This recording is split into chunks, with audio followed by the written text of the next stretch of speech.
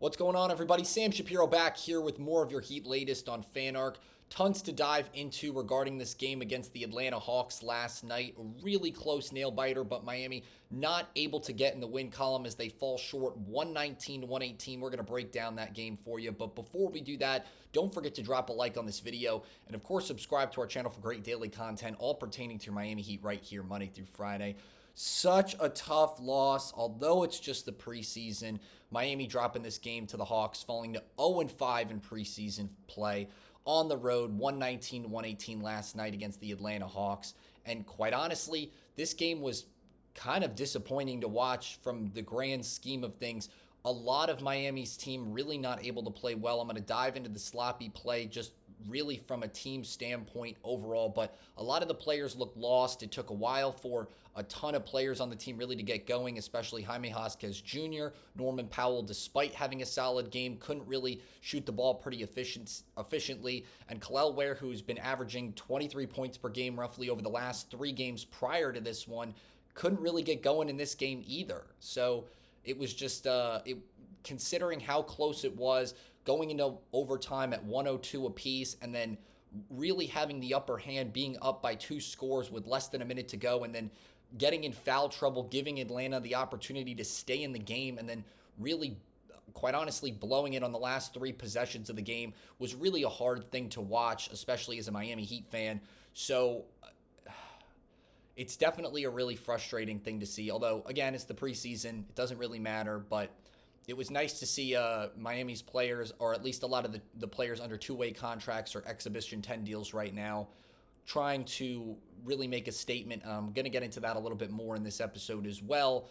But if Miami had kind of just cleaned up their play, especially in the first quarter and third quarters respectively, then I think this game would have looked a lot different, and Miami would have commandingly won this game by double figures, really, because they came out of halftime, they looked sloppy. They started the game, they looked sloppy. They looked pretty solid in the second quarter, going on an 8-0 run in the beginning, and then I believe a 14-0 run to end the quarter going into the half.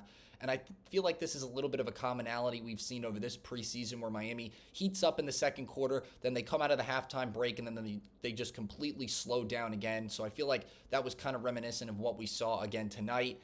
And again, very frustrating just because of how close this game was for at least Miami finishing with 1 preseason win. And now we kind of just have to hope that they're going to get over the hump against Memphis, so that they can at least walk out of this preseason with 1 win going into this regular season, because at least going into the regular season with no wins across the preseason, it's definitely not going to put a positive light, or at least, give this team really anything positive to celebrate, with the exception of some play from, certain players, Kel'el Ware being one of them, at least Powell's scoring efficiency, and, some of these 2-way exhibition 10 guys stepping up in certain case scenarios. Those are definitely positives that are a little bit exciting, are,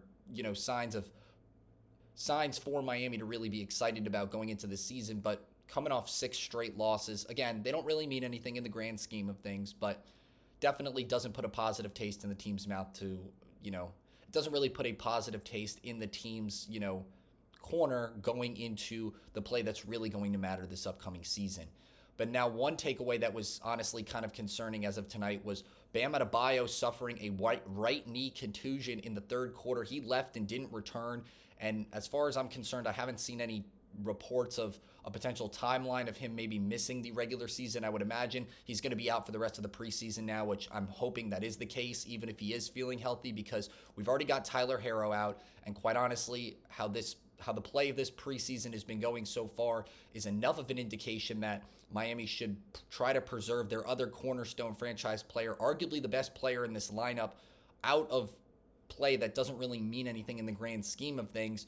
So it was honestly really concerning to watch Bam kind of come down from that play, his knee buckle a little bit, and then him kind of leave the game and not return. So I'm hoping that he's okay. I'm hoping that this isn't, again, anything majorly serious, but it was definitely something scary to watch in real time. And I just hope that it doesn't prevent him from being the type of player we need him to be, especially to tip off the regular season coming up very shortly. So especially because it came against a game like this one, playing against the Atlanta Hawks, where there were multiple opportunities for some of the guys that are trying to prove themselves in terms of getting more minutes, really an opportunity to come in and make a difference. And in certain scenarios, they did, but Bam didn't really need to be out there at least playing as much as he did. I know he was coming off resting earlier, but I just think that, this was definitely something scary to watch in real time, and was not a good thing to see, at least coming off last night's game. I'm hoping that he's going to be okay and we don't see reports of a potential timeline or him being out for an extended period of time with this right knee contusion he suffered in last night's game. And that kind of dips into, unfortunately, what I was mentioning in the first block. Just the overall team play in this game was not really so hot in the grand scheme of things. Miami having 19 turnovers in this game overall as a team.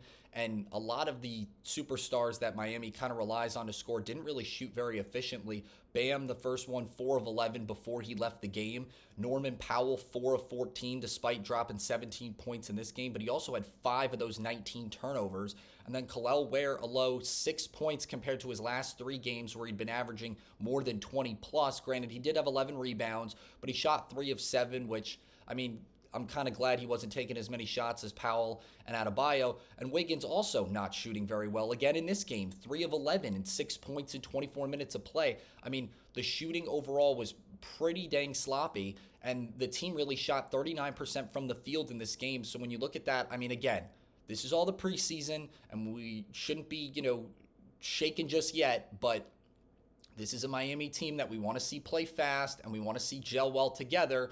And yes, it seems like they are playing a little bit faster, but it's not worth playing faster at the expense of looking sloppy out there and ultimately giving up the ball in tight game situations where you're losing by literally a possession or two, or even a point in this scenario. So I think if you just brush up a couple plays, you at least have a strong first quarter where you shoot the ball more efficiently like you did in the second quarter, or you go on certain runs, but then you're not making these mistakes, you're not taking tough shots. I mean, some of these turnovers were just very sloppy. Jaime Jaquez also looked very disoriented a little bit on a lot of scenarios. Didn't really look like he could create his own shot, and in the scenarios that he was really forcing up shots in the grand scheme of things. But he finished this game actually relatively well, 7 of 14 from the field on 17 points. But again, I feel like this also came at the expense of the rest of the team not playing well, and a lot of those plays kind of, in some scenarios, definitely keeping the team in the mix with how the game kind of progressed. But he was one of those players where when you have a night where Powell, Ware, and Adebayo can't step up, him taking on a bigger load like that is kind of more needed than anything. And quite honestly, although he looked a little bit disoriented in the grand scheme of things and he took a while to get going, that's kind of more of what I was trying to get at. In the beginning of the game, he looked a lot more sloppy, but as the game progressed, it seemed like he was able to kind of find himself a little bit, and that was maybe why he got certain shots to fall later on and why Miami was able to kind of stay in contention in this game. But if he kind of ramps up quicker, especially when these guys aren't having a good night, Miami could have had a commanding lead pretty much the entire game, and we could have seen a Miami win at least by 8 or 10 points against this Atlanta team. So, quite honestly, I really wasn't impressed by the overall team play from Miami tonight. And I think that in a lot of scenarios, if even Norman Powell could limit the amount of turnovers, Ware could kind of continue to step up in the points column. This is what Spo was talking about with the inconsistencies. And, when Ware has an off night, it really kind of it can be detrimental to the team, especially in close games where Miami is literally ahead by 2 possessions going into the last minute of overtime, and they somehow still can't find a way to get into the win column. So overall, did not like the play tonight. I didn't think it was so hot, and definitely got a lot of cleanup work to do, especially in transition and trying to play fast, because tonight the pace, I feel like trying to push the pace was ultimately their Achilles heel and ultimately forced a lot of these turnovers that we've seen. 19 isn't a terrible, god-awful number, but it's certainly not great. And again, I think Miami just needs to kind of clean up on certain plays. There are some scenarios where they can slow the ball a little bit, but I think if they overall keep the pace pretty high, we've been seeing them score a significantly amount of, or at least 10 to 15 points higher than what they were kind of averaging in terms of pace last season. So this is at least a good start. especially because Miami is kind of plug and play in a lot of different points within their rotation and depth chart in some of these games. And this is kind of a great opportunity to do that because these games don't really matter in the grand scheme of things. So it's definitely a good test dummy situation to kind of embark on. But I really didn't like how the play looked tonight. But one player that I thought did look pretty well in the grand scheme of things was Ethan Thompson, especially in his play in this game. I really thought because of his late game scoring abilities and just how he was able to come out in the fourth quarter especially and shoot the ball pretty efficiently, that was really what kept Miami in this game. And quite honestly, if they didn't, give up those two fouls with less than a minute to go, you wouldn't be in that scenario where turning the ball over with less than 30 seconds in the game would have potentially gotten Atlanta over the hump with the game-winning three-pointer. So Ethan Thompson, 17 points, 6 of 11 shooting, and although he only had a +2 plus-minus in this game, he did have a couple shots that were very impactful to keeping Miami in this game, them taking the lead, forcing Atlanta to really have to get out there and try to stay in this game. There were at least 2 or 3 shots where Miami is down and he doesn't hit those shots. And they weren't, necessarily deep, crazy threes. There was one isolation play he had where he kind of had a spin off and then a nice little pull-up three or a pull-up mid-range shot like within the paint. And it was a good look. He looked very efficient. And as I was kind of alluding to him potentially being a hidden gem for this Miami team, in this game, I felt like he really showed signs of potentially being the next tool that Miami could kind of, or another piece that Miami could utilize off the bench to come in and make some clutch isolation buckets, help make some pace, not necessarily pace changing shots, but definitely shots that change how the game kind of progresses and changes the ultimate, or really changes the energy the other team has to come down the floor with on the next possession, because our point guard just pulled up in your face and scored. And if you don't come up with a bucket on this next play, what's going to stop him from doing it again? He definitely had some heat check moments, but he really stepped up in the fourth quarter and in overtime in this game. And I think without his play, Miami would have fell out of contention at least with 5 or 4 minutes left in the fourth quarter of this game for sure. So that's going to do it for today's episode of your Heat Latest here on FanArc. Don't forget to drop a like on this video, and of course subscribe to our channel for great daily content, all pertaining to your Heat Latest right here Monday through Friday. Thanks so much for joining us on this wonderful Tuesday. I'm Sam Shapiro. Have a good day.